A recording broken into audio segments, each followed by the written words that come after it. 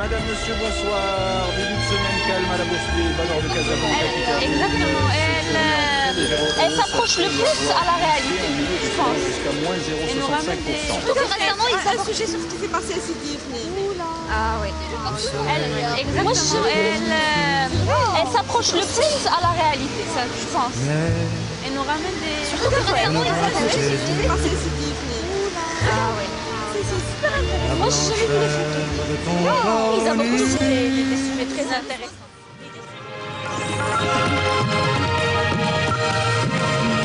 Madame, Monsieur, bonsoir. Nombreuses sont les questions qui n'ont pu être examinées ou tranchées durant les 3 jours de congrès de l'USFR.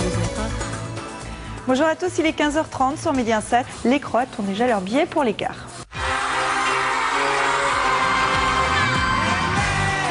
Jusqu'à l'impossible, aimer, se dire que c'est possible.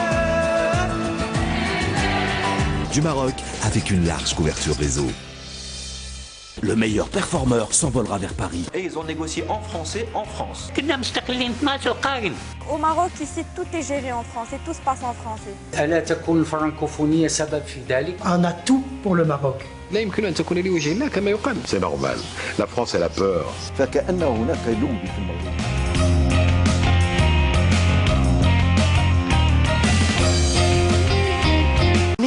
الذي نعتبره امتدادا لمشروع فرنسا الاستعماري وتكريسا للتبعية الهوياتية والثقافية والاقتصادية كذلك.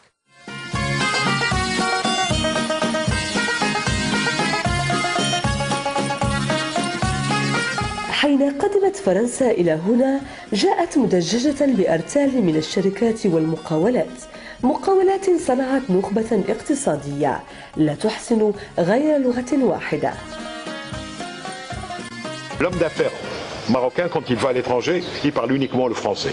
C'est dommage. Il ne parle pas anglais. Vous savez que les Chinois parlent anglais, les Russes parlent anglais, les Hindous parlent anglais, les Brésiliens parlent anglais, les Français parlent anglais. Alors il ne faut pas que nous, on soit plus royalistes que le roi, il ne faut pas qu'on attende. Donc les Français ont pris déjà ce chemin d'aller s'ouvrir sur le plan de la globalisation, la mondialisation. Et la mondialisation, c'est d'autres langues que le français. C'est très très très infime, très petit le nombre de pays qui parlent le français dans le monde. C'est vrai, nos frères du Moyen-Orient et du Golfe nous reprochent, quand ils viennent ici, de leur faire des présentations en français, ou alors de ramener des Anglais de Londres pour leur faire des présentations. Il est essentiel, important et urgent que les Marocains se mettent également à la langue anglaise et maîtrisent mieux la langue arabe. مشروع الشرق الأوسط وشمال إفريقيا التي تتبناه الولايات المتحدة ومشروع البحر الأبيض المتوسط التي تتبناه فرنسا أساسا والتي يريد إحياءه الرئيس الفرنسي ساركوزي. هذين المشروعين يعبران على تنافس وتسابق وسباق كبير على مستوى إفريقيا وعلى مستوى شمال إفريقيا في إما استمرار فرنسا في الحصول على الامتيازات التي ورثتها من العهد الاستعماري والتي أعادت إنتاجها في العهد الاستقلال، وبين أمريكا وقد يكون هناك منافسة للصين في إفريقيا، ولكن المشروع الأمريكي الذي يريد سحب البساط من تحت أيدي الفرنسيين في إفريقيا وفي شمال إفريقيا والحصول على امتيازات سياسية واقتصادية. والأسلوب معروف أن الامتيازات الاقتصادية التي يمكن أن تمنحها أمريكا للمغرب ستكون مقابل تنازلات سياسية والتطبيع مع إسرائيل، والامتيازات السياسية التي يمكن أن يحصل عليها من فرنسا ستكون مقابل تنازلات اقتصادية. C'est normal. La France, elle a peur. Elle commence à voir que le Maroc lui échappe. Et ça, c'est dangereux pour elle. Alors qu'est-ce qu'elle fait? Elle est en train de nous séduire. Elle est en train, le président Sarkozy vient, et il jette son idée de la Méditerranée, son projet méditerranéen. Et tout ça est le projet francophonie. Vous savez, elle commence à comprendre que nous ne sommes plus prisonniers de la France, que nous sommes maintenant, nous avons notre indépendance. Elle cherche par tous les moyens à nous garder sur le plan économique. Mais nous, ce que nous devons voir, ce ne sont pas les intérêts de la France, mais les intérêts de notre pays. كاين قطاعات اقتصادية تقليدية هيمن فيها الفرنسيون سواء في مجال البناء أو في مجال البترول توزيع البترول أو في المجال الغذائي. هذه قطاعات كلها كان للشركات الكبرى الفرنسية الحظ الأوفر، والطريقة المثلى للحفاظ على مصالح هذه الشركات هي أنها عندما تستقر في المغرب تطالب مساهمة لمؤسسات ضخمة لها نفوذ سياسي واقتصادي في المغرب.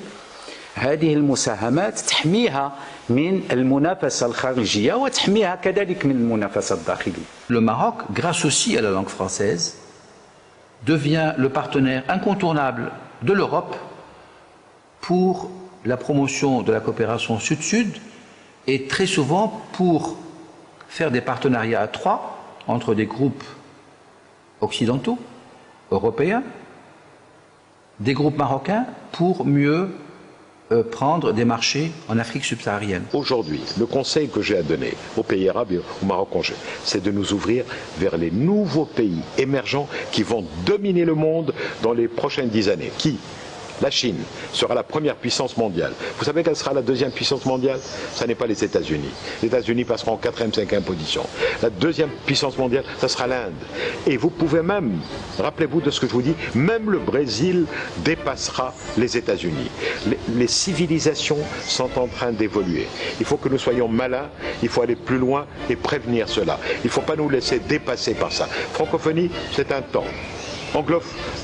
L'anglais, c'est un temps. Les pays anglophones, c'est un temps. Il faut aller vers la Chine, vers l'Inde et vers le Brésil. Et il faudrait que les pays africains, qui seront dans les 50-60 ans, l'Afrique peut devenir une très grande puissance.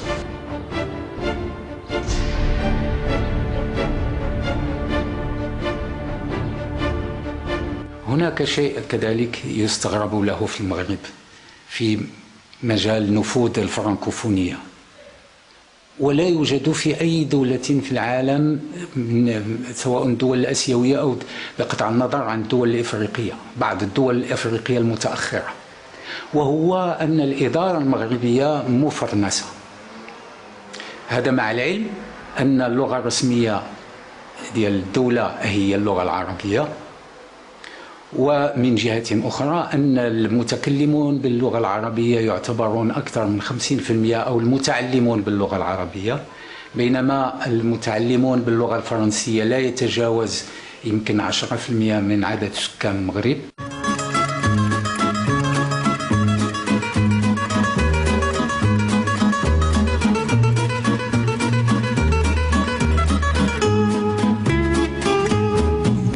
جميع الإدارات المغربية تتكلم باللغة الفرنسية، وأن وثائقها كذلك تتطلب باللغة الفرنسية، ونتمنى من الله أن يكون العكس إن شاء الله في العاجل القريب. يعني أتساءل عن جدوى هذه الرسالة وعن الغرض والقصد من إرسال هذه الرسالة باللغة الفرنسية. لماذا توصل باللغة الفرنسية؟ يعني وراء أي خلفية؟ وطبعا الإحساس دائما هو إحساس ببقاء الاستعمار. Un citoyen qui va aller à l'administration, qui ne sait pas maîtriser le français, il aura des problèmes. Il aura énormément de problèmes. Il est obligé à chaque fois de demander. Il est exactement comme un Chinois ou bien un Russe qui vient au Maroc. بين مستسلم ومحتج، هكذا بدا الشارع المغربي تجاه إدارة تتواصل معه بخطاب قوم آخرين، خطاب يعتبره البعض إنكارا لثقافة وحضارة كاملة. فكيف يعقل أن ننكر عليهم هذا الجانب الثقافي الذي هو جزء من تراثهم وحضارتهم، وأن نتجاوز ذلك لنحتقر أنفسنا ونعبر عن هذا الاحتقار الذاتي وهذا النكران للتاريخ وللحضارة وللثقافة، وأن نتعامل مع الإنسان المغربي بنكران تام. المحامي عبد الرحمن بن عمر يرى أن استخدام اللغة الأجنبية في المرفق العام مخالف للدستور. توجهنا إليه باعتباره أول من سجل دعاوى قضائية ضد جهات إدارية رفضت مراسلته باللغة العربية. من ضمن تلك الجهات الحكومة المغربية في عهد عبد الرحمن اليوسفي، وكذا إدارة الإذاعة والتلفزة المغربية. بعد بضع سنين كسب قضية واحدة، فيما رفضت النيابة العامة بقية القضايا، رفض لم يثنه عن تكرار المحاولة.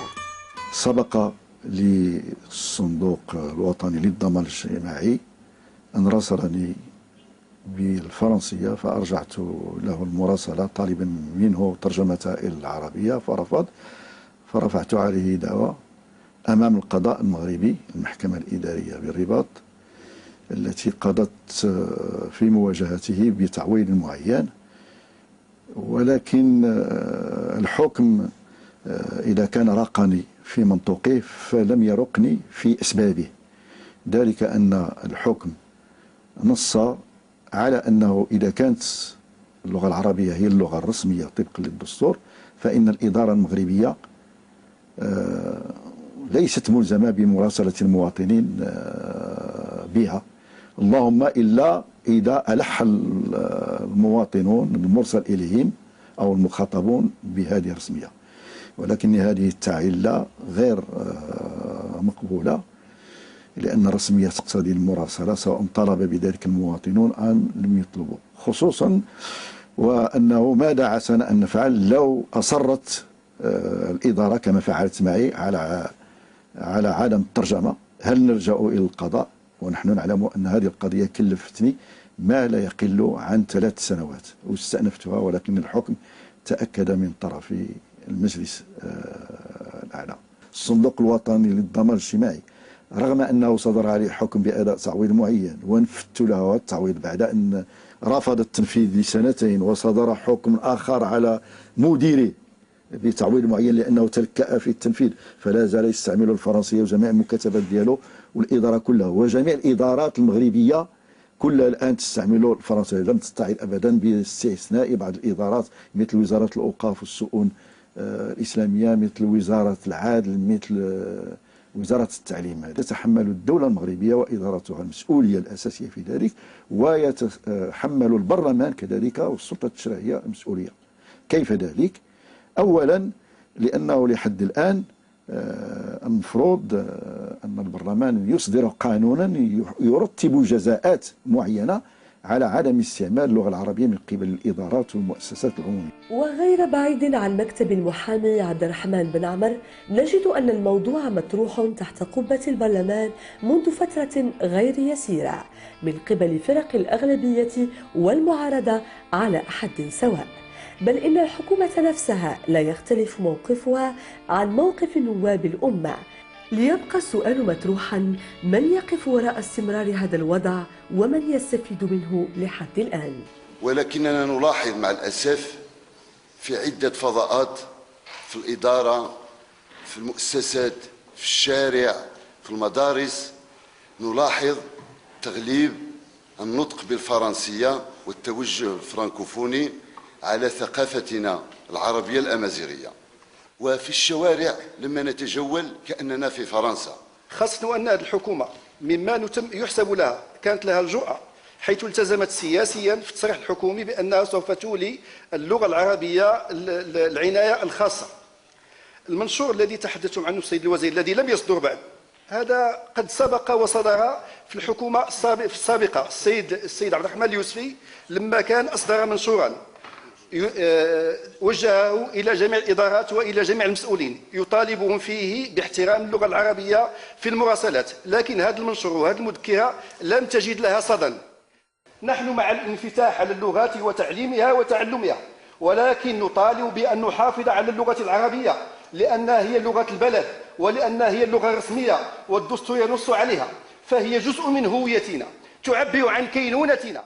كان الزعيم الوطني الراحل عبد الخالق طريس أول من تقدم بمقترح قانون حول تعريب الإدارة والحياة العامة، وذلك سنة 1963. إلا أن الحكومة آنذاك برئاسة أحمد بحنيني كانت قد رفضته لاعتبارات شكلية. وإلى غاية سنة 1978 أعاد النائب الاستقلالي البرلماني سعد العلمي طرح مقترح الزعيم عبد الخالق طريس لتعريب الحياة العامة، إلا أن الحكومة برئاسة الاشتراكي عبد الرحمن اليوسفي قد رفضته أيضا لنفس الاعتبارات الشكلية. وفي سنة 2003 تقدم نواب من الفريق الاستقلالي بنفس المقترح، رفضه رئيس مجلس النواب عبد الواحد الراضي الاشتراكي لاعتبارات شكلية أيضا. وأما سنة 2008 فتقدم الفريق الاستقلالي بنفس المقترح، إلا أن الوزير الاستقلالي المكلف بالعلاقة مع البرلمان سعد العلمي، والذي سبق له أن تقدم بنفس المقترح يوم كان نائبا، قد رفضه هو نفسه لاعتبارات شكلية أيضا. فهل للعبة شد الحبل هاته من نهاية؟ بين من يقترح ومن يرفض تعريب الحياة العامة في تناوب عجيب على المواقع والأدوار.